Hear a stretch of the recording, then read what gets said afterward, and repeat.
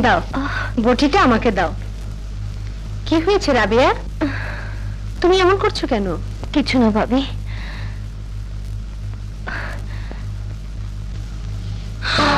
হে কি, গা তো ভীষণ গরম। এসো, তোমার কাজ করার দরকার নেই। কিন্তু এত সব কাজ। রাখো তো তোমার কাজ, সব কাজ আমি করব। এসো, তোমাকে ডাক্তার দেখাতে হবে।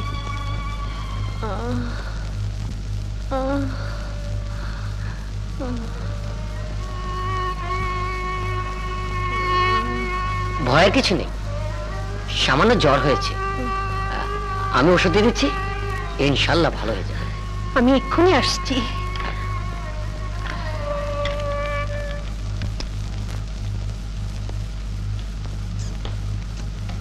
মা, টাকা দিন। টাকা কেন? রাবের ভীষণ জ্বর। ডাক্তার এসেছে, টাকা দিতে হবে। আরে জ্বর হলে কি ডাক্তার ডাকতে হয়? মাথায় পানি ঢালে তো জ্বর বাপ বাপ করে পালিয়ে যায়। টাকা দেবেন কিনা বলুন। না, আমি দেবো না। দেবেন না?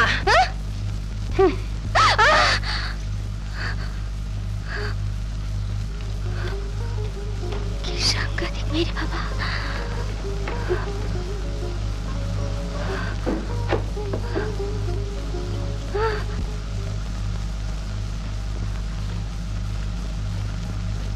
এই নিন, প্রয়োজনে বেশি 1 পয়সাও নেইনি।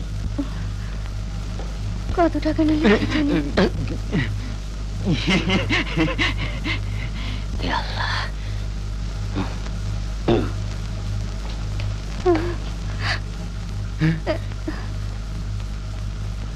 বাবু, শুনেছি ও নাকি তোমাদের সঙ্গে খুব বাড়াবাড়ি করছে।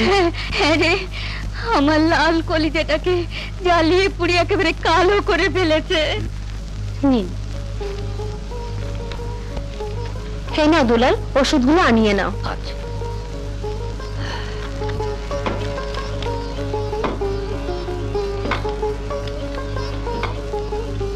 শোন, হ্যাঁ। তোকে একটু ঢাকায় যেতে হবে। ঢাকায়? ঢাকায় কেন? ওই হেনাকে আনতে হবে। হুম। ওকে চিঠি লিখেছিলাম, সে লিখেছে পরীক্ষা শেষ হলেই চলে আসবে। আমার মনে হয় ও ভুলেই গেছে, তাই তোকে একটু ঢাকায় যেতে হবে ভাই। ঠিক আছে, তুমি যখন বলছো যাব। আসুন। হ্যাঁ না, তোর মামা এসেছে। আরে মামা, থাক না, থাক থাক থাক থাক। এসো মামা, বসো। পিছনে কুলবালিশ। বসো। হ্যাঁ, বস। কেমন আছো মামা? ভালো, কিন্তু তুই কি মানুষ না পশু? কেন মামা? বলি, তোর মায়ের জন্য কি তোর একটুও দরদ হয় না? হ্যাঁ, কেন, কি হয়েছে মার? সেলিমের ওই জাদ্রেল বউটা। আস্তে মামা, এটা হস্টেল। হোস্টেল? সেলিমের ওই জাদ্রেল বউটা তোর মাকে জ্বালাতে জ্বালাতে একেবারে কয়লা করে ফেলেছে। অথচ তুই আস্তে, এটা তো হোস্টেল, অথচ তুই একটিবারও গেলি না। কিছু হলে পিস্তল বের করে তোর মাকে ভয় দেখায়। পিস্তল বের করে ভয় দেখায়? আরে হ্যাঁ, মা চিঠি লিখেছিল, আমি এতটা ভাবিনি। ঠিক আছে, আমার পরীক্ষা কাল শেষ হবে, তারপর ওকে গিয়ে দেখাবো সে জাদ্রেল হলেও আমি কত বড় দচ্চাল মেয়ে। আম্মু, আন্টি আমি ফার্স্ট হয়েছি। তাই নাকি? হ্যাঁ। এখন বলো তুমি কি চাও? তুমি যা চাইবে আমি তোমাকে তাই দেব। সত্যি বলছো?